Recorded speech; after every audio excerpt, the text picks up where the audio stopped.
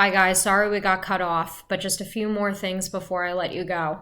I would like you to watch this video clip on current issues in testing. It's all about adaptive testing. And I think given the current situation in our society right now, it is definitely going to be applicable to us. So what I'd like you to do is debrief the video clip by answering some questions.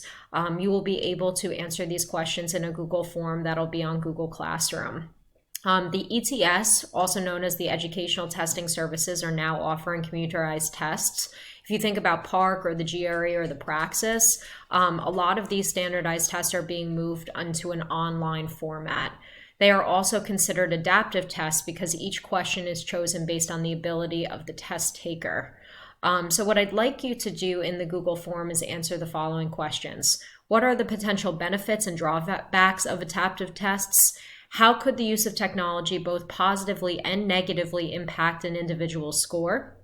And then given our current situation in regards to remote learning, how might adaptive tests benefit schools and student learning? I just want to take this time to say thank you for watching my screencasts, and please let me know if you have any questions. Have a great day.